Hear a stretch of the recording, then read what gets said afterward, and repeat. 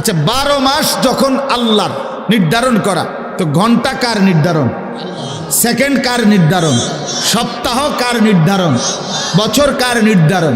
এই বন্ধু আমি এটাই বুঝাইতে চাই, প্রতি ঘন্টা, প্রতি মিনিট, প্রতি সেকেন্ড, প্রতি মুহূর্ত, প্রতি সপ্তাহ, প্রতি দিন, প্রতি মাস, প্রতি বছর আল্লাহর কসম, খোদার কসম, রব্বে কাবার কসম, সেকেন্ড সেকেন্ড, মিনিট মিনিট, প্রতি মুহূর্ত শুধুই কেবল আল্লাহর। কার?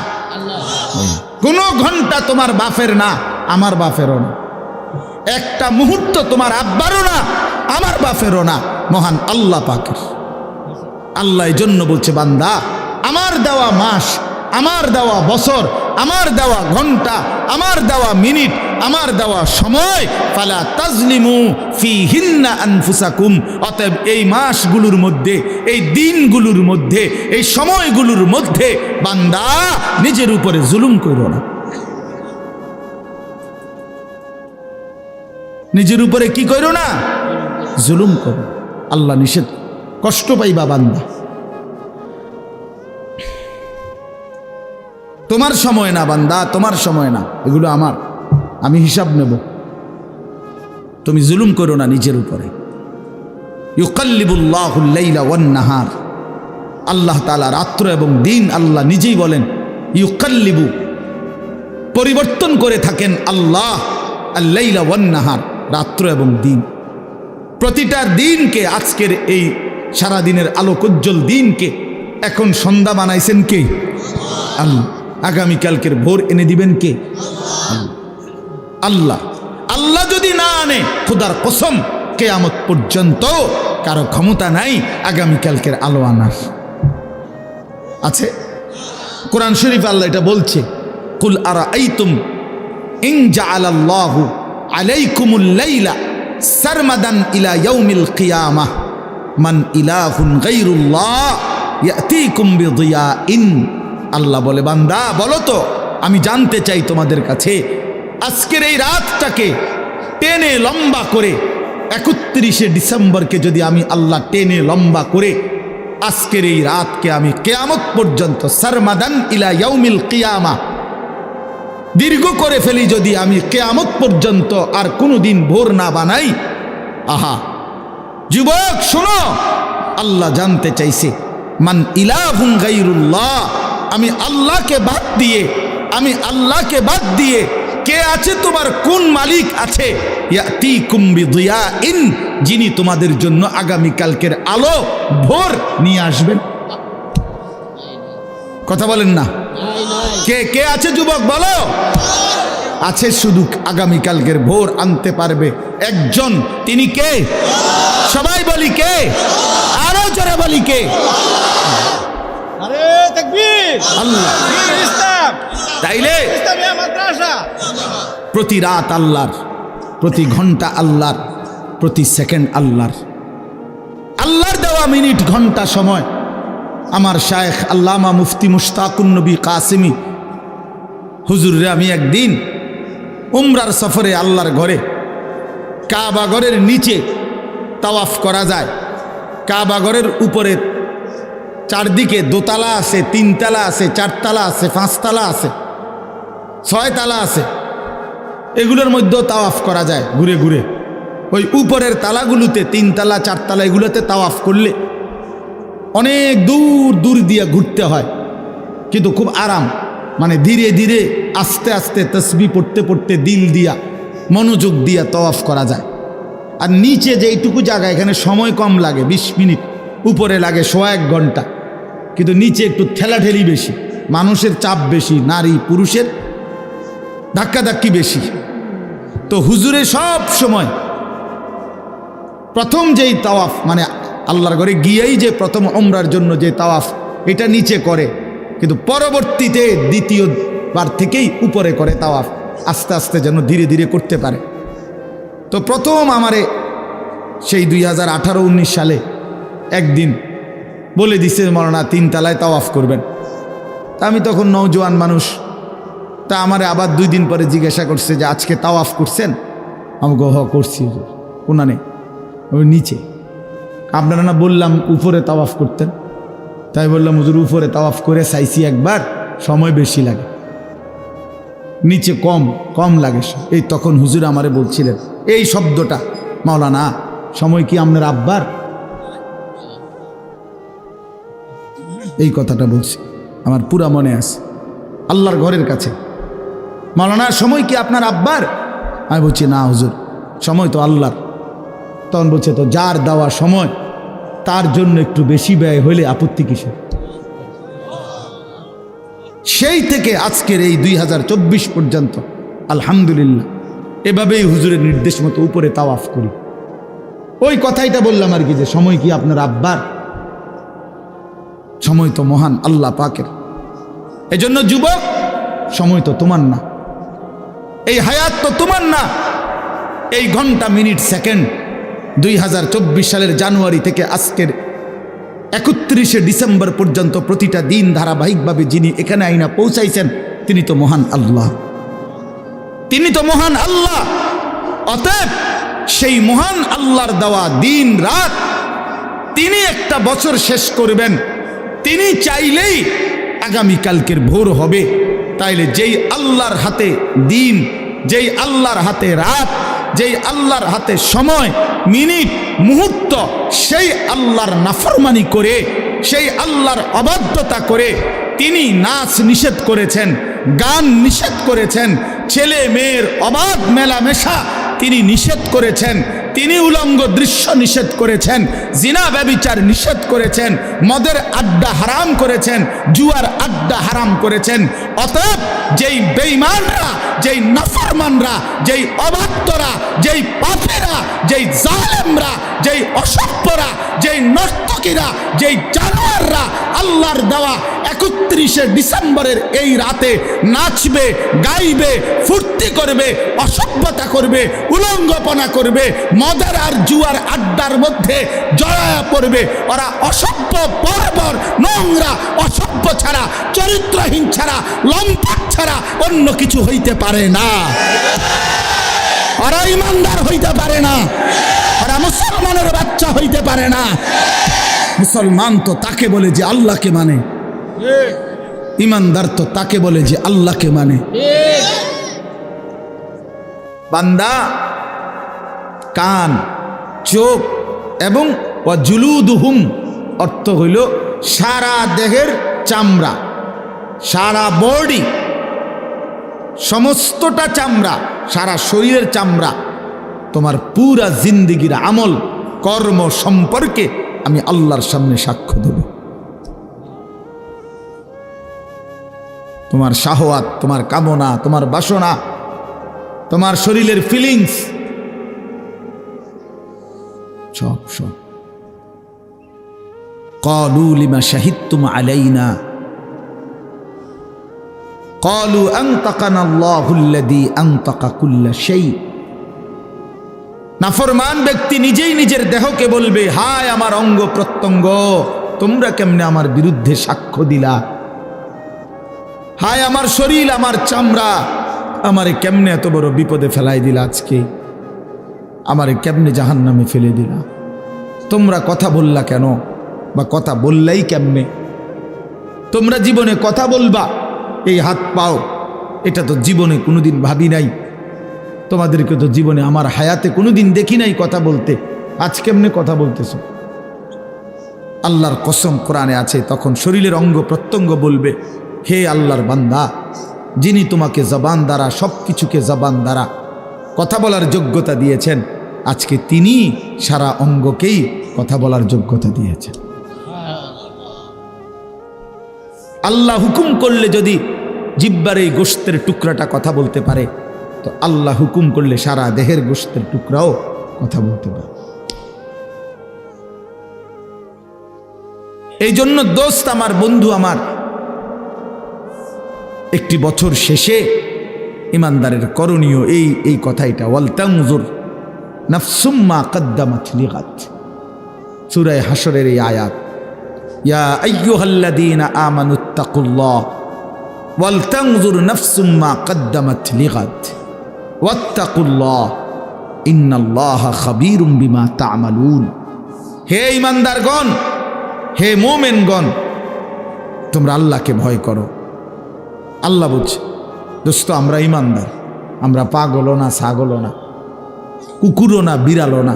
দোস্ত আমরা ইহুদি না, খ্রিস্টান না, আমরা হিন্দু না, বৌদ্ধ না, আমরা নাস্তিক না, মুরতাদ না, আমরা অসভ্য না, আমরা ঈমানদার, আমরা মুসলমান।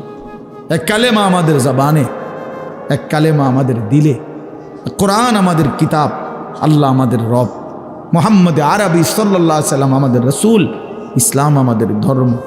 এত সৌন্দর্য, এত শ্রেষ্ঠতম নিয়ামত যাদের, তারা চরিত্রহীন হইতে পারে না, তারা লম্পট হইতে পারে না বাপ, তারা বেঈমানের মতো নিজের চেহারা, সুরত, চলন বলন বানাইতে পারে না।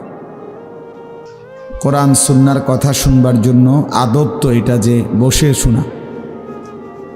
এজন্য প্রিয় ভাই বসে শোনো, ভালো হবে, কষ্ট করেই বসো, যেভাবে হোক জায়গা মিলায় নাও। আপনারাও আরেকটু নড়ে চড়ে বসলে আরও অনেক ছেলে বসতে পারবে, আপনাদের ফাঁকে জায়গা আছে। দয়া করে আল্লাহর ওয়াস্তে আরেকটা ছেলে বসবে, আরেকজন ভাই বসবে, এই নিয়ত করে একটু আগায় বসে, একটু চাপায় বসে। ঠান্ডা শীত তো এতটা কষ্ট হওয়ার কথা না, নড়ে চড়ে বসেন, আর একটু আগায় বসেন সবাই। এই দেখেন 2-3 জন মানুষ শুনলেন আর বাকিরা নড়লেন না, এটা কিন্তু একটা অহংকারী আচরণ। যে আল্লাহর কথা বলছে, আমার এই নেক কাজের দিকে আগাইতে বলছে, আমি নড়ব না, এটা কিন্তু অভদ্রতা।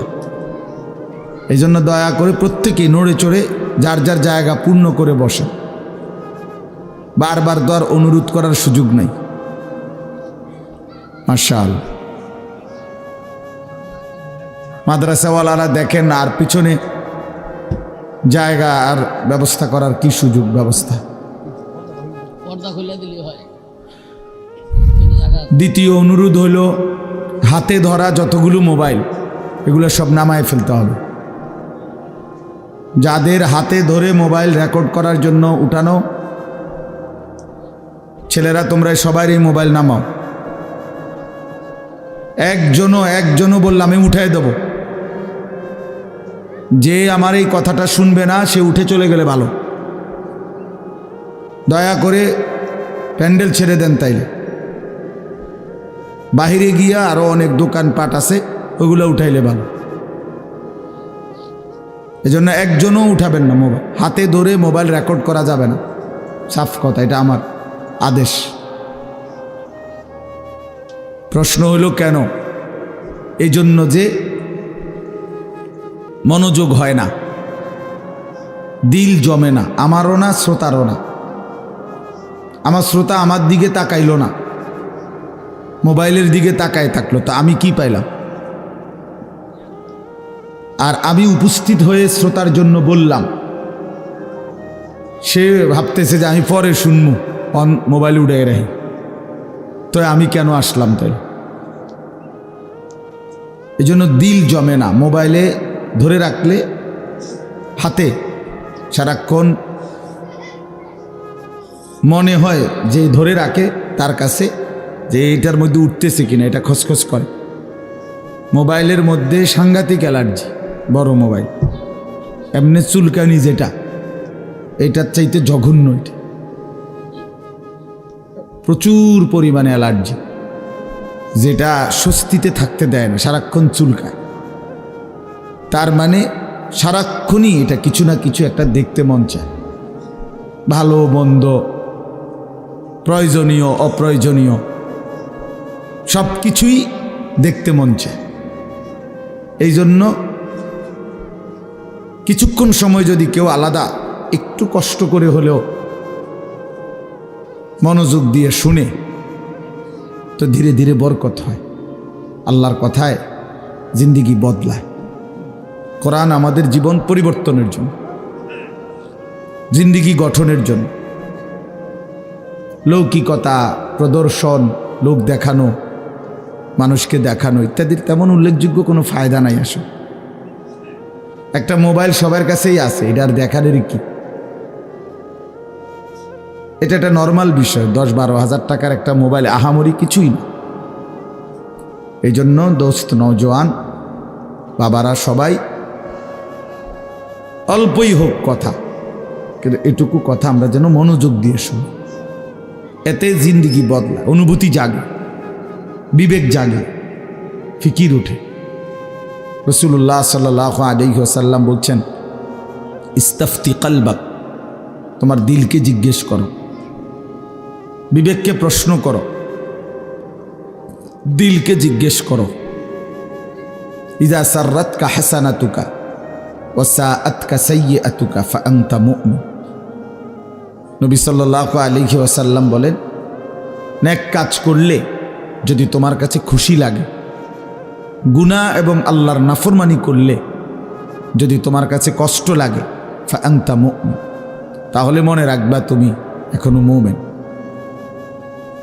অর্থাৎ গুনাহ করলে কষ্ট হয়, মনটার মধ্যে খারাপ লাগে যে কেন মিথ্যাটা বললাম, কেন চুরি করলাম, আহা জামাতটা পাইলাম না, কাজটা কি করলাম, লোকটাকে গালি দিলাম, নারীর ছবি দেখলাম, এক ওয়াক্ত সেজদা দিলাম না। এতটুকু বিবেকের মধ্যে যদি কমপক্ষে দংশন, অনুভূতি, লজ্জিত একটা মানসিকতাও যদি কমপক্ষে আসে, তাইলেও ইমানের ধরে নেওয়া যায় কিছুটা আছে। কিন্তু যেদিন বছরের পর বছর, দিনের পর দিন, ঘন্টার পর ঘন্টা আল্লাহর নাফরমানি করার পরেও কোনো অনুভূতি জাগে না, আহা আমার নামাজ ছুটে যাচ্ছে প্রতিদিন, আমি আল্লাহর নাফরমানি করতেছি প্রতিদিন, অথচ বিবেকের কোনো দংশন নেই, অন্তরে কুদ্দু সামান্য অনুশোচনাও নাই, তো ধরে নেওয়া যায় তার ঈমান বাকি নাই। এই নাফরমান হারায় গেছে অন্ধকারে,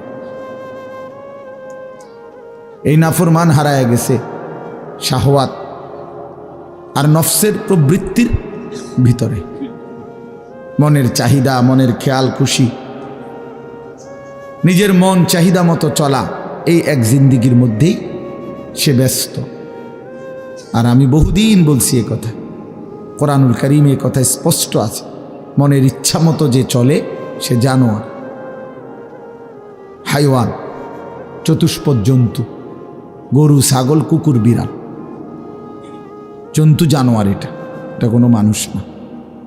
মানুষ বলে তাকে যে বানানেওয়ালার মর্জি মতো চলে, যে আল্লাহ তাআলার মর্জি মতো চলে, কারণ সে বুঝে আমার আল্লাহ আমাকে দেখতেছেন, জানতেছেন, হিসাব রাখতেছেন। আমি আমার আল্লাহর আড়ালে যাওয়ার কোনো সিস্টেম নেই, সরকারি দলে থাকি আর বিরোধী দলে থাকি, আমার কর্মী বাহিনী থাকুক কিংবা না থাকুক, আমি আমার আল্লাহর নজর থেকে, আমার আল্লাহর ইলম থেকে, আল্লাহর ইহাতা বেষ্টনী থেকে আড়াল হওয়ার কোনো সুযোগ নেই। কোরআন শরীফে আছে, আল্লাহ তাআলা বলেন, আলা ইয়ালামু মান খালাক, বান্দা বলো তো, যিনি সৃষ্টি করেছেন তিনি তার সৃষ্টি সম্পর্কে পূর্ণ জানবেন না? আল্লাহ জানতে চাইছে আমাদের। যেই সহজ কথাটা বলো বান্দা, যে আমি বানাইলাম, আমি জানবো না, আমি না জানি, এটা হয় কিভাবে? ওয়া আসিররু কাওলাকুম আবিজহারু বিহি ইন্নাহু আলিমুম বিদাতিস সুদূর। আল্লাহ তাআলা বলেন, তুমি আস্তে বলো অথবা জোরে বলো অথবা অন্তরে লুকিয়ে রাখো, আমি সব জানি।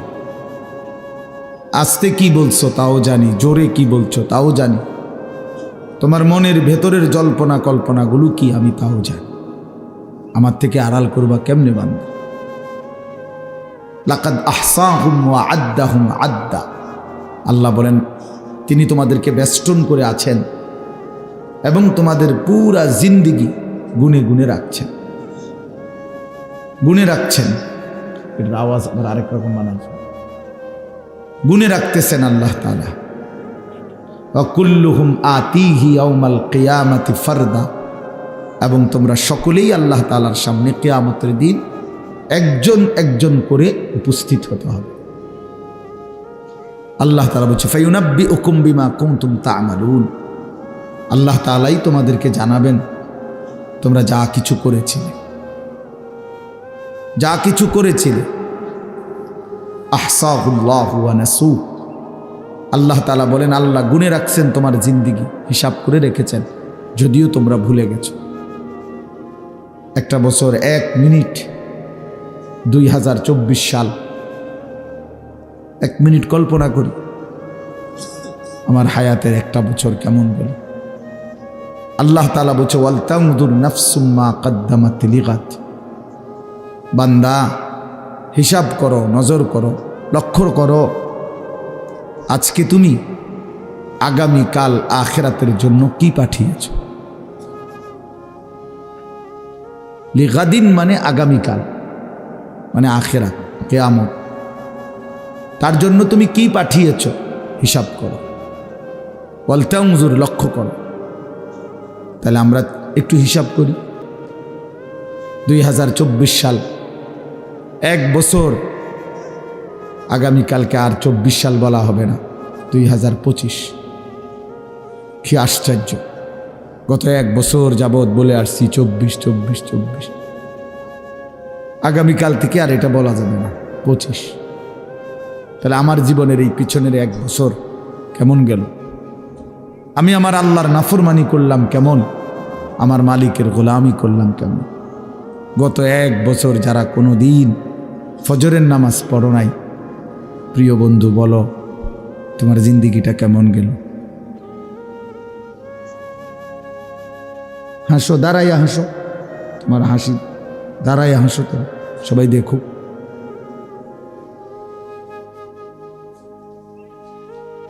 তো লক্ষ্য করে দেখো, ইনসাফের সাথে ভাইবা দাও। গত 1 বছর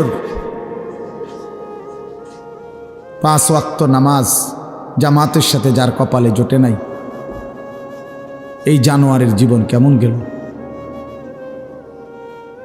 এই হাইওয়ান, চতুষ্প জন্তু জানোয়ারের মতো একটা জিন্দিগি কাটাইল। গরু, ছাগল, কুকুর, বিড়ালের মতো একটা জীবন পার করল, যে খায়, ঘুমায়, পেশাব পায়খানা করে, ঘুম যায়, খালাস। এই একটা জিন্দিগি শেষ হইল আর কি। আল্লাহর নবী সাল্লাল্লাহু আলাইহি ওয়াসাল্লাম বলছেন, আল কাইয়িসু মান দানা নাফসাহু ওয়া আমিলা লিমা বা'দাল মাউত। বুদ্ধিমান সে যে নিজের হিসাব রাখে এবং মৃত্যু পরবর্তীর জন্য আমল করে, সে বুদ্ধিমান। কাইয়িস, সে বিচক্ষণ, বুদ্ধিমান। তাহলে আমরা হিসাব করি যে আমরা নিজের হিসাব রাখছি কি। নবী সাল্লাল্লাহু আলাইহি ওয়াসাল্লাম বলছেন, হাসিবু ক্বাবলা আন তুহাসাবু। তোমাদের হিসাব নেওয়ার আগে, দেওয়ার আগে আখিরাতে তুমি তোমার হিসাব করো। তুমি উম্মত হিসাব করো। সাহিবুল বাইতে আদরা বিমা ফিহি। আরবিতে বলে ঘরওয়ালাই তার ঘরে কি আছে তা ভালো জানে। তাহলে আমরা প্রত্যেকেই জানি নিজের ব্যাপারে, কমপক্ষে নিজের তো আইডিয়া আছে ভাইয়া, বাবা, যে 5 ওয়াক্ত নামাজের কি হালাত। এই জবান দিয়ে আল্লাহর নাম বের হয়েছে কয়বার, আর ফালতু বেহুদা কথা বের হয়েছে কয়বার। এই চোখ আল্লাহর কোরআন দেখছে কতবার, ভিন নারী অশ্লীল ছবি দেখছে কতবার। এই দিল আল্লাহকে নিয়ে, নিজের কবর আখিরাতকে নিয়ে ভাবছে কতবার। আর নাফরমানির এই দুনিয়া নিয়ে ভাবছে কতবার। এটা দরকার বাপ, এটা ফিকির করা দরকার। আমি আজকে বছর শেষের এই দিনে সবার বিবেকের কাছে, তোমার বিবেকের কাছে তোমারে ছেড়ে গেলাম, তোমার হাতে তোমারে তুলে দিলাম, যে আল্লাহ তাআলা কোরআনে আছে কিয়ামতের দিন বলবে, বান্দা ইকরা কিতাবাক, ধরো তোমার আমল নামা তুমিই পড়ো।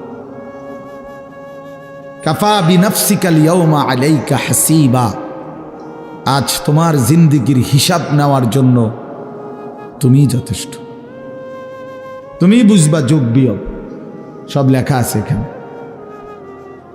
তখন বান্দা নিজের আমল নামা নিজে দেখবে, আল্লাহর কোরআনে আল্লাহ বলেন, নিজেই তখন আফসুস করবে আর বলবে, ইয়া ওয়াইলাতানা মা লিহাদাল কিতাব,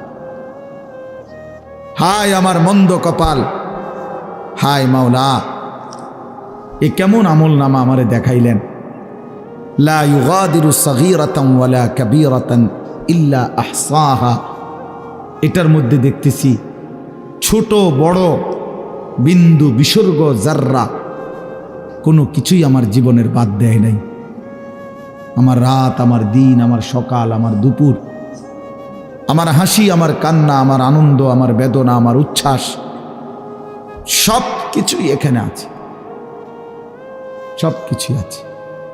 ওয়াজাদু মা আমিলু হাদিরা, আল্লাহ বলে, বান্দা তোমার জীবনের সমস্ত আমল তুমি এখানে উপস্থিত পাইবা লিখিত। শুধু বাহ্যিক আমল না, না, তোমার অন্তরের মধ্যে যা যা জল্পনা কল্পনা ছিল সেগুলোও তুমি লিখিত পাইবে। আফালা ইয়ালামু ইদা বুসিরা মা ফিল কুবুর ওয়া হুসিলা মা ফিস সুদূর, আল্লাহ তাআলা বলেন, বান্দা ওয়া হুসিলা মা ফিস সুদূর, তোমার অন্তরের ভিতরে, বুকের ভিতরে, তোমার কলিজার ভিতরে যা ছিল আমি সেটাও পেশ করব। প্রিয় বন্ধু, নারী নিয়ে, অশ্লীল ছবি নিয়ে তুমি যা ভাবছিলা এগুলোও আল্লাহ তাআলা লিখিত আকারে দেখাবে।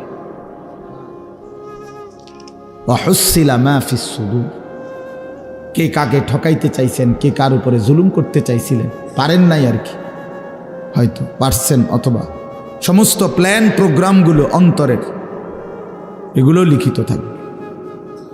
এবং আল্লাহ তাআলা জিজ্ঞেসও করবে, মানুষের বাহ্যিক অঙ্গ যেমন আল্লাহ তাআলা প্রশ্ন করবে, উত্তর দিবে হাত, পাও, চোখ, নাক, কান।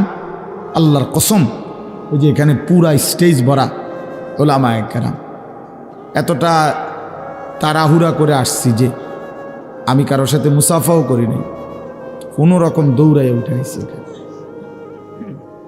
আমি আসরের আগেও বয়ান করছি, আসরের পরেও বয়ান করছি, মাগরিবের পরে আর আমার শরীরে কুলাইতেছিল না ক্লান্তিতে।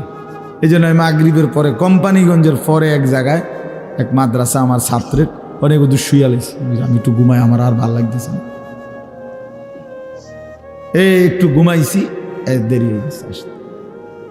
আমার আবার মাহফিল আছে এখন বিদ্যাকূট, এই যে 10 দিন ব্যাপী তাফসিরুল কোরআন মাহফিলের আজকে শেষ দিন, ওখানে লাস্ট বয়ান আমার। তাইলে আমার প্রিয় ভাই, আমার বলার উদ্দেশ্য হলো, আড়াল করা যাবে না, আড়াল করা যাবে না। দোস্ত, মাশাআল্লাহ, কি পরিমাণ দৌড়াইয়া ছুটে আসছো তোমরা, এই ভালোবাসার কি মূল্য আছে? কেমনি বিনিময় দেব আমি? কোনো বিনিময় নাই, আমার পক্ষে দেওয়া সম্ভব না। কিন্তু নওজোয়ানদের এই মহব্বতের কি হইতে পারে? হ্যাঁ, আমাদের মৌলানা মকবুল ভাই বলতে, এটাই বিনিময়, এটাই।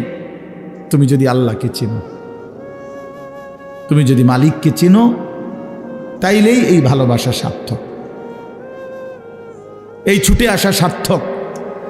নাই তো একটা মানুষ কথা বলছে, আনিস নামে একজন, তুমি শুনি আবার আগের মতোই, তো কি ফায়দা হল? কি ফায়দা হল?